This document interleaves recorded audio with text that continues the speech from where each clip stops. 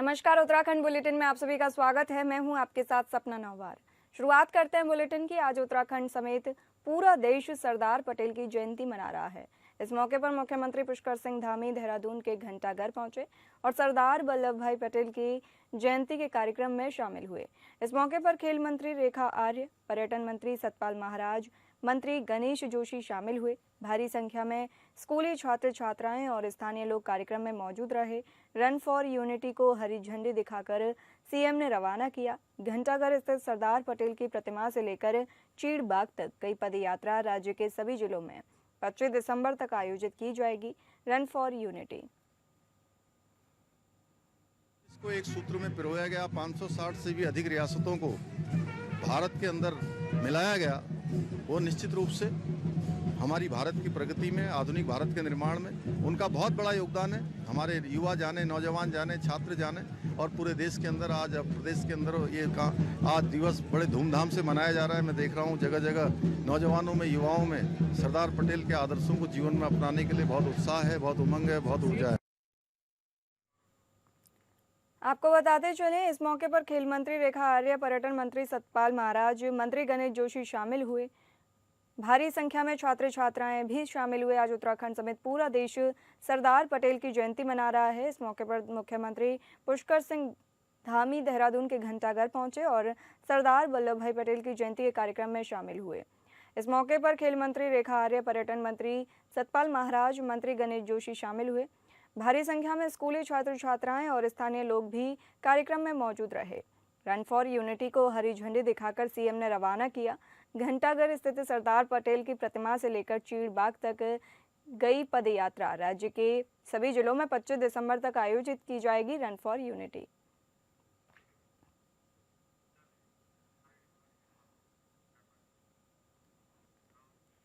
मुख्यमंत्री पुष्कर सिंह धामी ने गुरुवार को बिहार विधानसभा चुनाव के तहत कल्याणपुर विधानसभा क्षेत्र में भाजपा प्रत्याशी सचिंद्र प्रसाद सिंह के समर्थन में एक विशाल जनसभा को संबोधित किया है।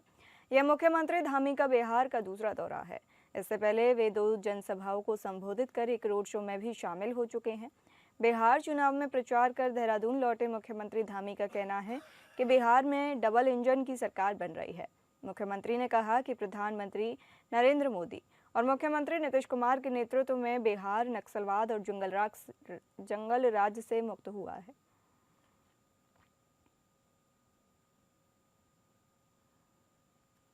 इसको एक सूत्र में पिरोया गया। 560 से भी अधिक रियासतों को भारत के अंदर मिलाया गया। वो निश्चित रूप से हमारी भारत की प्रगति में, आधुनिक भारत के निर्माण में उनका बहुत बड़ा योगदान है। हमारे युवा जाने, नौजवान जाने, छात्र जाने और पूरे देश के अंदर आज प्रदेश के अंदर ये आज दिवस बड़े धूमधाम से मनाया जा रहा है। मैं देख रहा हूँ जगह जगह नौजवानों में, युवाओं में सरदार पटेल के आदर्शों को जीवन में अपनाने के लिए बहुत उत्साह है, बहुत उमंग है, बहुत ऊर्जा है। बार फिर एक्टिव मोड में नजर आ रही है। 2027 के विधानसभा चुनावों को देखते हुए पार्टी ने अभी से अपनी तैयारियां तेज कर दी हैं। नई कार्यकारिणी के गठन के बाद अब भाजपा पदाधिकारियों की फील्ड एक्टिविटी शुरू होने वाली है। इस नई कार्यकारिणी बनने के बाद पार्टी ने अब बूथ से लेकर विधानसभा स्तर तक संगठन को मजबूत करने की रणनीति पर काम शुरू कर दिया है। पार्टी प्रदेश अध्यक्ष के नेतृत्व में लगातार बैठकें आयोजित की जा रही हैं। हर विधानसभा क्षेत्र में पदाधिकारियों के दौरे तय किए जा रहे हैं। भाजपा का फोकस इस बार बूथ मैनेजमेंट और जनसंपर्क अभियान पर है। पार्टी चाहती है कि हर मंडल, हर शक्ति केंद्र और हर बूथ पर कार्यकर्ता पूरी तरह सक्रिय रहें।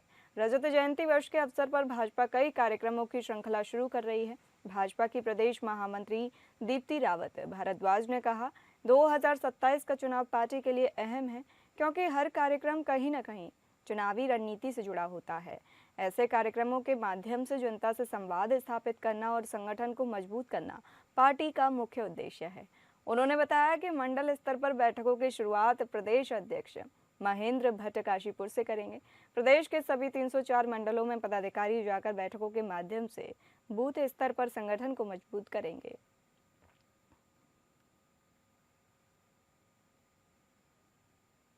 तो 2027 का चुनाव हमारे लिए बड़ा प्रमुख है, प्रदेश का चुनाव है।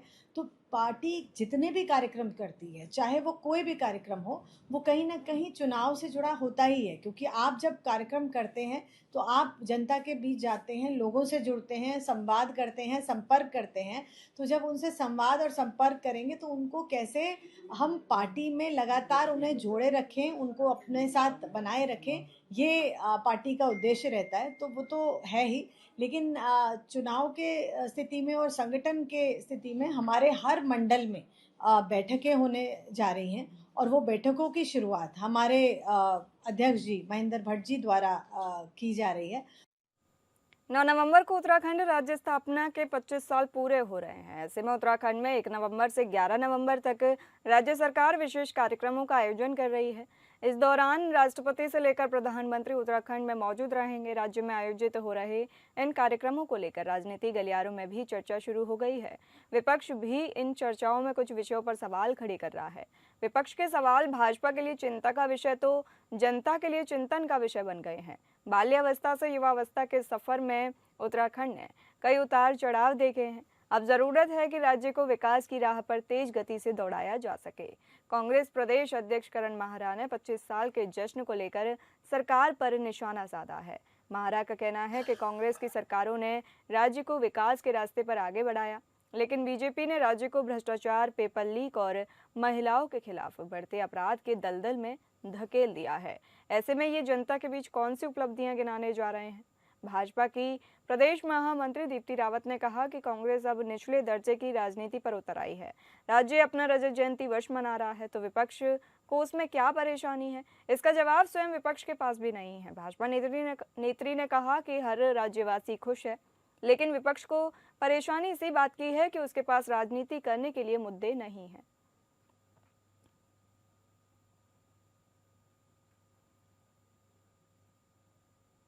मुझे लगता है कि राज्य स्थापना दिवस के जो कार्यक्रम हैं, हम सबके सामने जो आए हैं, वो है कि हमारे जितने भी विभाग हैं, उसके जो मंत्री हैं, वो और वरिष्ठतम जो भारतीय जनता पार्टी के हमारे नेता हैं, वो हर जिले में, हर जगह जाके प्रेस कॉन्फ्रेंस करेंगे।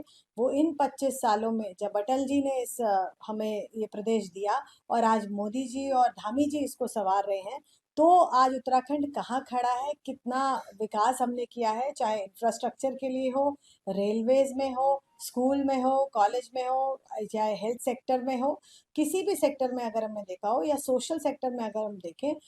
उत्तराखंड में राज्य आंदोलनकारियों के चिन्हीकरण की प्रक्रिया एक बार फिर शुरू की जाएगी। राज्य स्थापना दिवस के मौके पर मुख्यमंत्री इसकी औपचारिक घोषणा कर सकते हैं। उत्तराखंड राज्य गठन के लिए आंदोलन में शामिल रहे लोगों को सरकार द्वारा राज्य आंदोलनकारी के रूप में पहचान पत्र जारी किए गए हैं। इन्हें पेंशन, निःशुल्क बस यात्रा और सरकारी नौकरियों में आरक्षण जैसी कई सुविधाएं दी जा रही हैं। हालांकि अब भी कई ऐसे आंदोलनकारी हैं जो चिन्हीकरण प्रक्रिया से वंचित रह गए थे। इन्हें राज्य आंदोलनकारी का दर्जा नहीं मिल पाया है। ऐसे लोगों को पहचानने और प्रक्रिया को पारदर्शी बनाने के लिए अब सरकार चिन्हीकरण दोबारा शुरू करने जा रही है। फिलहाल राज्य में करीब 8,000 आंदोलनकारी चिन्हित किए जा चुके हैं। इसी बीच राज्य आंदोलनकारी परिषद ने भी सरकार को कई सुझाव भेजे हैं। परिषद ने मांग की है कि चिन्हीकरण की प्रक्रिया पारदर्शी तरीके से जल्द शुरू की जाए।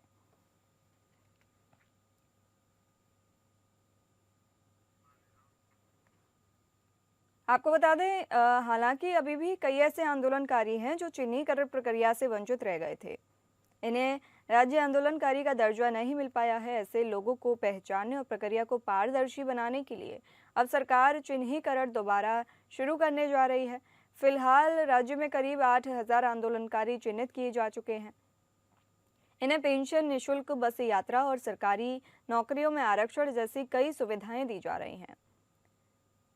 ऐसे लोगों को पहचानने और प्रक्रिया को पारदर्शी बनाने के लिए अब सरकार चिन्हीकरण दोबारा शुरू करने जा रही है। फिलहाल राज्य में करीब 8,000 आंदोलनकारी चिन्हित किए जा चुके हैं। देखिए, ये तकरीबन जो है मोटी मोटी संख्या 8,000 के आसपास है। इसमें सरकारी सेवा में भी जो आंदोलनकारी हैं, काम कर रहे हैं विभिन्न विभागों में, वो लोग भी इसमें शामिल हैं। तो मुझे लगता है कि जो है अब चूँकि बहुत दिनों से ये मांग थी आंदोलनकारियों की तरफ से कि चिन्हीकरण की प्रक्रिया को शुरू किया जाए, क्योंकि बहुत सारे पात्र लोग छूट गए हैं। कई लोगों ने उस समय जो है अपना आवेदन नहीं किया, तो इस वजह से जो है वो चिन्हीकरण के दायरे में नहीं आए। तो मेरा प्रयास ये है कि जब मुख्यमंत्री जी ने ये विभाग मेरे को दिया था, तो मेरा प्रयास ये रहा है कि शुरू से एक बार चिन्हीकरण खुल जाए। तो हमने वो लोगों ने कल हम जो है शासन में बैठे थे, जिस पर जो उनकी प्रमुख मांगे हैं, जैसे आपका जो है मानदेय की वृद्धि का मामला है, तो उस पर भी विचार हुआ, और आपका जो चिन्हीकरण वाला मसला है उस पर कुछ ऐसा है, दोहरी पेंशन का मसला भी है। कुछ जैसे हमारे पूर्व सैनिक हैं, तो उनको ये वाली पेंशन नहीं मिल पा रही है, तो वो भी एक मसला है कि वो कैसे सम्मान पेंशन उनको जो देने का काम हो। उत्तराखंड राज्य को बने हुए 25 वर्ष से पूरे हो गए हैं। इस साल राज्य का स्थापना दिवस रजत जयंती वर्ष के मौके पर मनाया जा रहा है। इन 25 सालों में उत्तराखंड ने कई सारी उपलब्धियां भी हासिल की, तो उसके साथ ही प्रदेश की भौगोलिक परिस्थितियों में भी जज की तरह अभी भी जस की तस बनी हुई है, और प्रदेश के लिए अभी भी कई बड़ी चुनौती सामने है। राज्य मंत्री मधु भट्ट ने कहा कि इन 25 सालों में उत्तराखंड में कई सारे विकास कार्य हुए हैं। उसके साथ ही केंद्र और राज्य सरकार की ओर से भी कई विकास कार्य किए जा रहे हैं। जो परिकल्पना उत्तराखंड आंदोलन के समय राज्य को लेकर की गई थी, उस अनुरूप लगातार कार्य किया जा रहा है।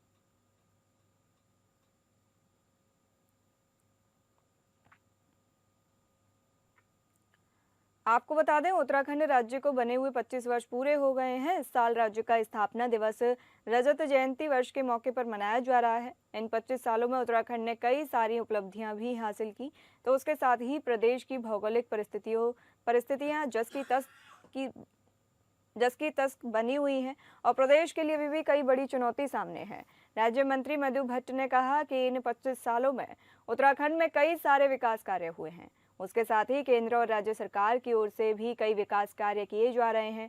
जो परिकल्पना उत्तराखंड आंदोलन के समय राज्य को लेकर की गई थी, उस अनुरूप लगातार कार्य किया जा रहा है।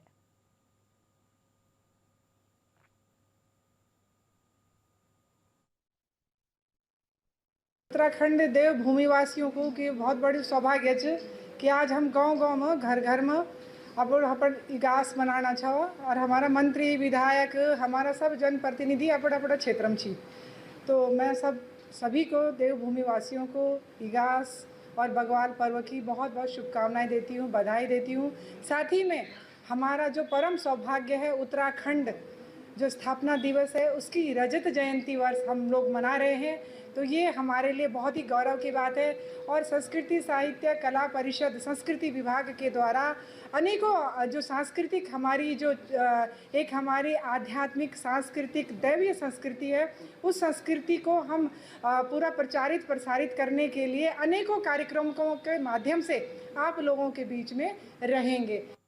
राष्ट्रपति द्रौपदी मुर्मू के प्रस्तावित आगमन को देखते हुए सरोवर नगरी नैनीताल में सड़क सुधार और सौंदर्यीकरण के कार्य युद्ध स्तर पर जारी है। राजभवन मार्ग जहां से राष्ट्रपति का काफिला गुजरेगा, उस सड़क पाटने मरम्मत का काम तेजी से चल रहा है।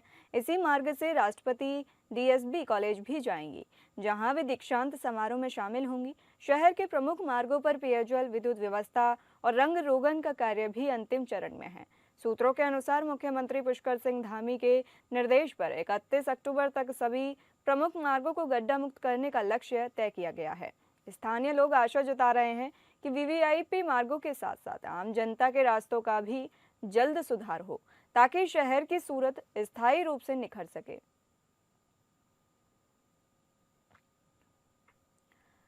आपको बताते चलें, राजभवन मार्ग जहां से राष्ट्रपति का काफिला गुजरेगा, उस सड़क पाटने मरम्मत का काम तेजी से चल रहा है। इसी मार्ग से राष्ट्रपति डीएसबी कॉलेज भी जाएंगी, जहां वे दीक्षांत समारोह में शामिल होंगी।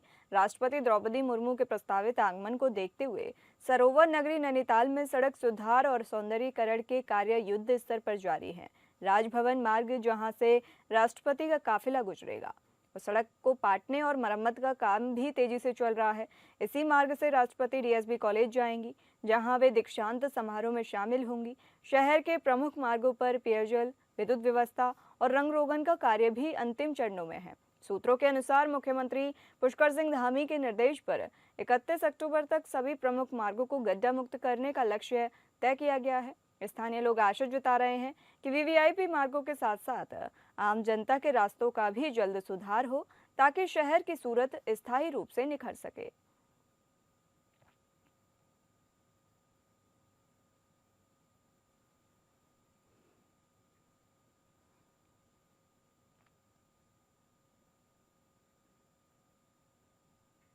उत्तराखंड इस वर्ष रजत जयंती वर्ष मना रहा है। वहीं इस दौरान 1 नवंबर से लेकर 11 नवंबर तक कई कार्यक्रम रजत जयंती वर्ष के अवसर पर राज्य सरकार द्वारा आयोजित किए जाएंगे। इन कार्यक्रमों के बीच में राजधानी देहरादून में 2 वीवीआईपी मूवमेंट देखने को मिलने वाले हैं। एक महामहिम राष्ट्रपति का जो विशेष सत्र के अवसर पर राजधानी देहरादून के विधानसभा पहुंचने वाली हैं, जबकि दूसरा राज्य स्थापना दिवस यानी 9 नवंबर को प्रधानमंत्री का रहने वाला है। रजत जयंती के अवसर पर ट्रैफिक संचालन भी बाधित न हो, इसके लिए एसपी ट्रैफिक देहरादून लोकजीत सिंह को नोडल अधिकारी नियुक्त किया गया, जो ट्रैफिक संचालन, पार्किंग व्यवस्था और अन्य ट्रैफिक व्यवस्थाओं पर अपनी नजर बनाए रखेंगे। गौरतलब है कि रजत जयंती के अवसर पर किसी प्रकार की चूक ना हो, इसके लिए सभी तैयारियां शुरुआती दौर में ही की जा रही हैं। अब इन 11 दिनों में किस तरह पुलिस विभाग इन तमाम चुनौतियों को पार करते हुए इन कार्यक्रमों के सफल आयोजन में भागीदारी निभाता है, ये देखना बेहद दिलचस्प होगा। जो भी हमारे और जो वीआईपी प्रोग्राम्स रहेंगे या लॉ एंड ऑर्डर के प्रोग्राम्स रहेंगे, उसके लिए भी जो है फोर्स थाने पर छोड़ा गया है, ताकि इन केस में अगर कोई इमरजेंसी ड्यूटी आती है, येलो ड्यूटी आती है, तो उसको भी तत्काल रूप से उसका भी निस्तारण कर लिया जाए। फिर आगे जो तकरीबन अभी डेट जो है अभी वो फाइनल होना बाकी है। अभी माननीय प्रधानमंत्री भारत सरकार जी की विजिट प्रस्तावित है, उसके लिए भी तैयारी लगभग हमारी पूर्ण कर ली गई है। जहाँ उनका प्रोग्राम स्थल है, उसके बाद जो भी हेलीपैड रहेगा, रूट ड्यूटी रहेगी, उसमें भी संबंधित एक पॉइंट पर या रूफटॉप मान लें उसको, तो उसमें भी ड्यूटी लगा दी गई है। और ये इंश्योर किया जाएगा कि बिल्कुल सुरक्षा जो है चाक चौबंद रहे और किसी प्रकार की कोई दिक्कत वगैरह फ्लीट के मूवमेंट या प्रोग्राम के दौरान ना हो। कैबिनेट की बैठक में पशुपालन मंत्री सौरभ बहुगुणा ने राज्य के पर्वतीय जिलों में कुक्कुट पालन में आ रही समस्या को देखते हुए फीड सब्सिडी की बात रखी थी, जिसके बाद कैबिनेट से इसे पास कर दिया गया था। अब इसको लेकर जीओबी जारी कर दिया गया है, जिसका लाभ जल्द ही कुक्कुट पालकों को मिलने लगेगा। मंत्री सौरभ बहुगुणा ने इसको लेकर कहा कि इसके तहत राज्य के पर्वतीय जिलों में कुक्कुट पालकों को फीड सब्सिडी दी जाएगी, जिससे उन्हें कुक्कुट पालन में बढ़ते फीड मूल्य ट्रांसपोर्ट से राहत मिल सके और कुक्कुट पालन पर्वतीय जिलों में रोजगार का बेहतर माध्यम बन सके। हमारे सरकार की कोशिश यही है कि जितने हमारे पशुपालक हैं, कुक्कुट पालक हैं, मत्स्य पालक हैं, माननीय प्रधानमंत्री जी का जो सपना है कि उनकी आय दुगनी हो, उस पे हम लोग काम कर रहे हैं। और जब मैं सरकार आपके द्वार जो हमारा प्रोग्राम है विभाग का, जिसमें मैं छोटे कुक्कुट पालक और मत्स्य पालक के घर पे जाता हूँ, उनसे चर्चा करता हूँ, तो मुझे काफ़ी जिलों में जब मैं उनके से मिला तो उनकी एक समस्या बड़ी थी कि जो उनको फीड थी वो बहुत महंगी पड़ती थी तराई के सापेक्ष, क्योंकि ट्रांसपोर्ट उनको काफ़ी देना पड़ता था। तो हमने कैबिनेट से उनको रिलीफ देने के लिए एक स्वीकृति कराई है पॉलिसी, जिसमें 10 रुपये की फीड सब्सिडी पर्वतीय जिलों को, जो लोग पर्वतीय जिले में कुक्कुट पालन का काम कर रहे हैं, उनको दी जाएगी। उसका जीओ भी हो गया है। मुझे बहुत जल्द जो पर्वतीय समाज में, पर्वतीय जिलों में जो लोग कुक्कुट का काम कर रहे हैं, उनको ये सब्सिडी मिलना शुरू हो जाएगी। खबर गदरपुर क्षेत्र से है, जहां सरकारी धान खरीद केंद्रों पर भारी घोटाले का आरोप लगा है। यह आरोप किसी और ने नहीं बल्कि क्षेत्र के पूर्व विधायक प्रेमानंद महाजन ने एक प्रेस वार्ता के दौरान लगाया है। उनका कहना है कि सरकारी केंद्रों पर किसानों ने धान न खरीदकर केवल कागजी खानापूर्ति की जा रही है। प्रदेश सरकार किसानों से न्यूनतम समर्थन मूल्य पर धान खरीदने का दावा कर रही है, लेकिन जमीनी हकीकत कुछ और ही बयां कर रही है। गदनपुर के मदनपुर में बने धान खरीद केंद्रों पर किसानों की फसल नहीं ली जा रही है, जिससे किसान हताश और परेशान हैं। क्षेत्र के धान खरीद केंद्रों पर बड़ा घोटाला चल रहा है। इन केंद्रों को एक निर्धारित लक्ष्य दिया गया था, लेकिन किसानों का धान खरीदने की जगह ये लोग आड़तियों से सांठगांठ करके और बाहर से कम दाम का धान खरीदकर केवल खानापूर्ति कर रहे हैं। किसानों का धान नहीं खरीदा जा रहा है। किसान बहुत परेशान हैं।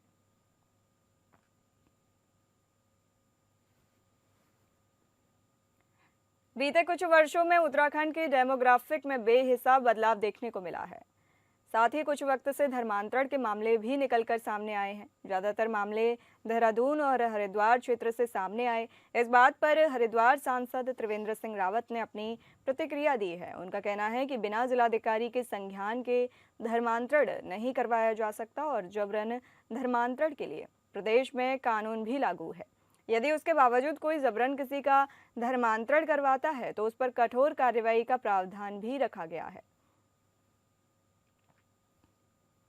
धर्मांतरण के लिए धर्म स्वतंत्र विधेयक ये मुझे लाने का अवसर मिला था और धर्मांतरण कोई भी किसी का जोर जबरदस्ती नहीं कर सकता है। बिना डीएम को अनुमति लिए, डीएम के संज्ञान के कोई भी इस तरह का धर्मांतरण नहीं कर सकता है, और इसलिए एक सख्त कानून धर्म स्वातंत्र्य विधेयक के रूप में इस राज्य में लागू है। अगर कोई शिकायत मिलती है तो उन पर कठोर दंडात्मक कार्रवाई की जाएगी, और मुझे लगता है कि सरकार ने काफ़ी लोगों पर इस तरह की कार्रवाई की भी है। दून विश्वविद्यालय के प्रौद्योगिकी विद्यालय में 25वें उत्तराखंड राज्य स्थापना दिवस के अवसर पर 2 दिवसीय एआई और कोडिंग हैकाथॉन का आयोजन किया जा रहा है। इस कार्यक्रम का उद्घाटन तकनीकी एवं उच्च शिक्षा सचिव डॉक्टर रंजीत सिन्हा और कुलपति सुरेखा डंगवाल द्वारा किया गया। यह कार्यक्रम उत्तराखंड सरकार की एक महत्वाकांक्षी पहल का हिस्सा है, जिसके अंतर्गत एआई और कोडिंग हैकाथॉन 2025 को 3 चरणों विश्वविद्यालय स्तर, क्षेत्रीय स्तर और राज्य स्तर पर आयोजित किया जा रहा है। इस आयोजन का उद्देश्य युवाओं में तकनीकी रचनात्मकता, नवाचार और समस्या समाधान की क्षमता को बढ़ावा देना है, ताकि वे आधुनिक तकनीक के माध्यम से समाज की वास्तविक समस्याओं का समाधान खोज सकें। विश्वविद्यालय स्तर पर कुल 56 विद्यार्थी 14 टीमों में भाग ले रहे हैं। अपने अभिनव विचारों, कोडिंग कौशल और कृत्रिम बुद्धिमत्ता पर आधारित परियोजनाओं का प्रदर्शन कर रहे हैं। ये प्रतिभागी बीटेक, एमटेक, बीएससी और एमएससी कार्यक्रमों से हैं। हमारी रजत जयंती स्थापना दिवस है। इस उपलक्ष्य में हम लोग कोडिंग हैकाथॉन कर रहे हैं पूरे स्टेट लेवल में। सारे यूनिवर्सिटी से, सारे इंजीनियरिंग कॉलेज से बच्चे आएंगे, उन टीमें आएगी, और उन टीमों से फिर जेबीआईटी हमारी इंजीनियरिंग कॉलेज है, वहाँ पर 48 घंटे लगातार प्रॉब्लम सेट पे काम करके बच्चे अपना सॉल्यूशन प्रोवाइड करेंगे। उसमें फिर सिलेक्शन होगा first, second, third. Doon university का इंटरनल ये हैकाथॉन है, इसमें से 3 टीमें सेलेक्ट की जाएंगी और वो स्टेट लेवल जो हैकाथॉन होगा उसमें पार्टिसिपेट करेंगे। और हमारे बच्चे यहाँ पर जिन जिन प्रॉब्लम्स पे काम कर रहे हैं, हेल्थ केयर हो गया, साइबर सिक्योरिटी हो गया, एग्रीकल्चर हो गया, पॉल्यूशन हो गया, तो बच्चों ने जिस तरह से प्रॉब्लम सेट पे काम कर रहे हैं और जिस दिशा में सोच रहे हैं, इट्स एक्साइटिंग। इसमें काफ़ी मुझे अच्छा लगा कि फर्स्ट ईयर के बच्चे से लेकर थर्ड ईयर के बच्चे तक जिस तरह से सोच रहे हैं प्रॉब्लम्स पे, ये उनका डोमेन नहीं है, हेल्थ केयर उनका डोमेन नहीं है, but they are thinking in a different direction. It's exciting. खबर जनपद उधम सिंह नगर के जसपुर नगरपालिका क्षेत्र से है, जहां आज नगरपालिका प्रशासन ने नगर के मोहल्ला जुलाहान में अवैध अतिक्रमण के खिलाफ कार्रवाई की। अतिक्रमण पर प्रशासन का पीला पंजा चला। इस दौरान पुलिस प्रशासन भी मौजूद रहा। वहीं कार्रवाई के दौरान भारी संख्या में भीड़ भी दिखाई दी। नगरपालिका के अधिशासी अधिकारी उदयवीर सिंह ने बताया कि आज उप जिलाधिकारी के आदेश अनुसार अवैध अतिक्रमण के खिलाफ कार्रवाई की जा रही है।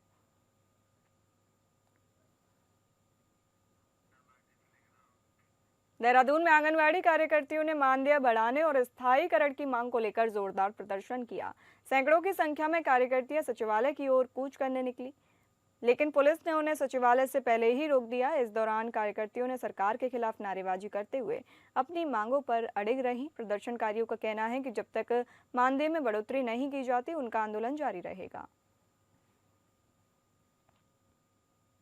मानदेय वृद्धि की मांग है सर, और लंबे टाइम से ये मांग आंगनवाड़ी कार्यकर्ताओं द्वारा चली आ रही है, लेकिन सरकार आश्वासन पे आश्वासन दे रही है।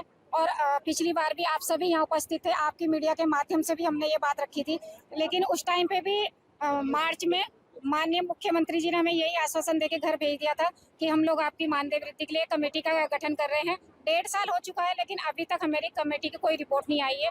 हमारे उत्तराखंड में सुपरवाइजरों के कई पद खाली हैं, अभी तक ये नियुक्ति हमारा विभाग उसमें नहीं निकाल रहा है। क्या उनकी कमियां हैं या क्या उनमें ऐसी विलम्ब हो रही है कि वो विज्ञप्तियां नहीं निकाल रहे हैं। फिलहाल इस बुलेटिन में इतना ही। नमस्कार।